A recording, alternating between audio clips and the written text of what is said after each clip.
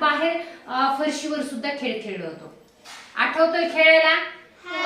पुढे गेलं की आपण बेरीज वजाबाकी केली होती. उजव्या हाताला गेले की संख्या वाढत गेली, डाव्या हाताला गेले की संख्या कमी होत गेली, म्हणजे धन संख्या आणि ऋण संख्या. तसं उजव्या हाताच्या संख्या ह्या धन संख्या म्हणायचं. हे मध्यभागी लिहिलेलं आहे ते 0. आपण बाहेर फरशीवर खेळलो होतो खेळ. उजव्या हाताला बेरीज करत गेलो आणि डाव्या हाताला वजा करत गेलो. ही संख्या रेषा आपण फरशीवर आखली होती का?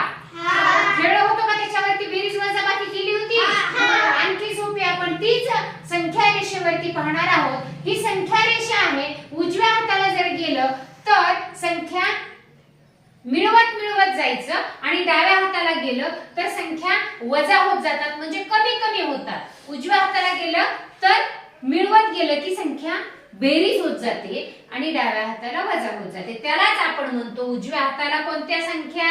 धन संख्या आणि डाव्या हाताला ऋण संख्या. पहा आता हीच पट्टी आहे इथं. या पट्टीवरती ही सरक पट्टी आहे मधली. ही काय? सरक पट्टी आहे का हीच पट्टी? आता बघा आपल्याला या संख्या रेषेवरती काय काय करता येते? संख्याचा लहान मोठेपणा दाखवता येतो. लहान मोठेपणा म्हणजे कसा? तर पहा या ठिकाणी इकडे अंक लिहिलेत, वाचा. 1 2 3 4 1 पासून 10 पर्यंत. आणि शून्याच्या डाव्या बाजूला काय लिहिलेत? तेच अंक आहेत, पण काय लिहिलेत? -1 -2 पासून शेवटचा अंक कोणता आहे? मोठ्याने म्हणा. -10. या साइडला उजव्या हाताला, तुमच्या उजव्या हाताला 10 आहे शेवटचा अंक आणि इकडे डाव्या हाताला -10. म्हणजे डाव्या हाताला वजाबाकी केली जाते, उजव्या हाताला बेरीज केली जाते. आता बघा संख्याचा लहान मोठेपणा कसा ठरवायचा? या शून्यामध्ये 2 मिळवले म्हणजे बघा आता 0 अधिक 2. आता ही सरकपट्टी कुठे आहे? शून्यामध्ये किती मिळवायचे? 2 मिळवायचे. म्हणजे ही सरकपट्टी कुणीकडे सरकवायची? उजवीकडे. म्हणजे 1 आणि 2. बघा उत्तर किती आलं? 2 आले. बरोबर. म्हणजे उजव्या हाताला संख्याची किंमत वाढत जाते, म्हणजे आपण त्याची काय करतो? बेरीज करतो. आता हेच बघूयात आपण. 0 वजा 2. आता बघा याची बेरीज 2 आली. आता याची बेरीज, याची वजाबाकी तुम्ही करणार आहात. 0 वजा 2. आता सरकपट्टी कुठे आणायची अगोदर? मोठ्याने बोलायचे. 0. आणि आता त्यामधून किती वजा करायचे? 2 वजा करायचे. मग सरकपट्टी कुठे सरकवायची सांगा मला? डावीकडे की उजवीकडे? डावीकडे. छान. 1 आणि 2. चला उत्तर जे आहे ते सांगा. वजा 2. उत्तर काय आहे? वजा 2.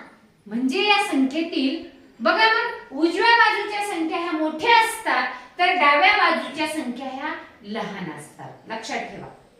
म्हणजे 2 मोठे की वजा 2 मोठे आहेत? मग 2 मोठे आहेत. या संख्येवरून कळालं तुम्हाला, या संख्या रेषेवरून, की उजव्या बाजूला गेलं की संख्येची किंमत वाढत जाते आणि डाव्या बाजूला गेलं की कमी होत जाते.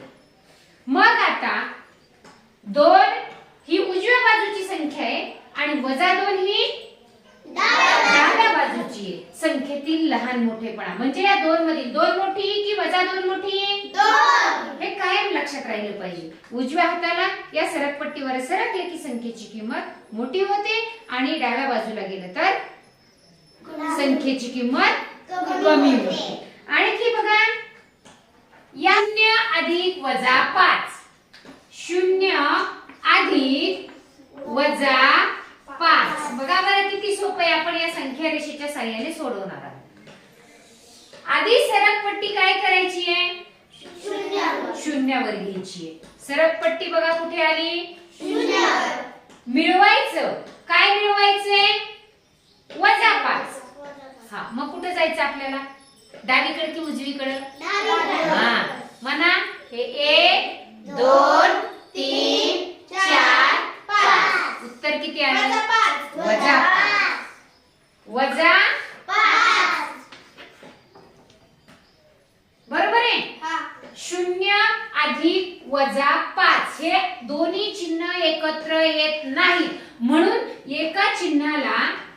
-5 आपण सांगा.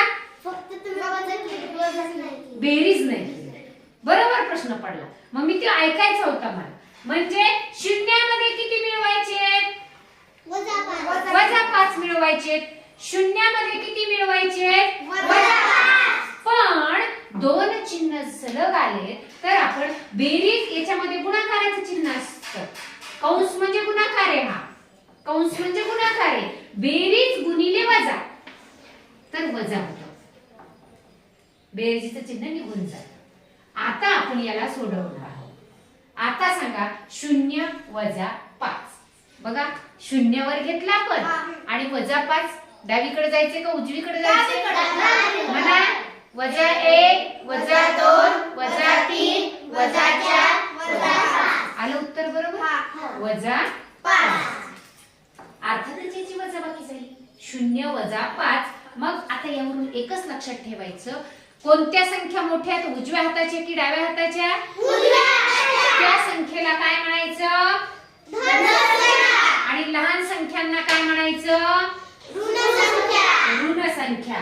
संख्या रेषेवर उजव्या हाताच्या संख्या या धन संख्या असतात तर डाव्या हाताच्या संख्या या ऋण संख्या. उजवीकडे गेलं की संख्येची किंमत काय होते? आणि डावीकडे गेलं की सरकपट्टीच्या कमी होते. याचा मध्यबिंदू कोणता असतो? शून्याच्या उजव्या बाजूला धन संख्या, डाव्या बाजूला ऋण संख्या. आणि या पद्धतीने आपली बेरीज काय होते? संख्यावरती काय होते? सोपी होते. काहीही न करता आपल्याला यावरती बेरीज वजाबाकी करता येते. आणि यातील आणखी काय समजलं आपल्याला संख्या रेषेवरून? संख्येचा धनसंख्या ऋणसंख्या कळाल्या, लहान मोठेपणा कळाला. बेरीज वजाबाकी केली म्हणजेच लहान मोठे कळाला. बेरीज केली म्हणजे संख्या मोठी झाली, वजा केली म्हणजे संख्या लहान झाली. मग आता मला सांगा, इकडचे 7 मोठे आहेत की इकडचे वजा 7 मोठे? 7 मोठे, वजा 7 लहान आहे. पक्क लक्षात ठेवायचं. इकडचे 4 मोठे आहेत की इकडचे वजा 4 मोठे आहेत? 4 मोठे आहेत. आता मला सांगा, इकडचे वजा 3 लहान आहेत की 3 लहान आहेत? वजा 3 लहान आहे. म्हणजे कोणत्या संख्या लहान आहेत? मग मोठ्याने सांगा, कोणत्या संख्या लहान आहेत? या संख्या रेषेवरील डाव्या हाताच्या संख्या, शून्याच्या डाव्या बाजूच्या. आणि मोठ्या संख्या कोणत्या आहेत?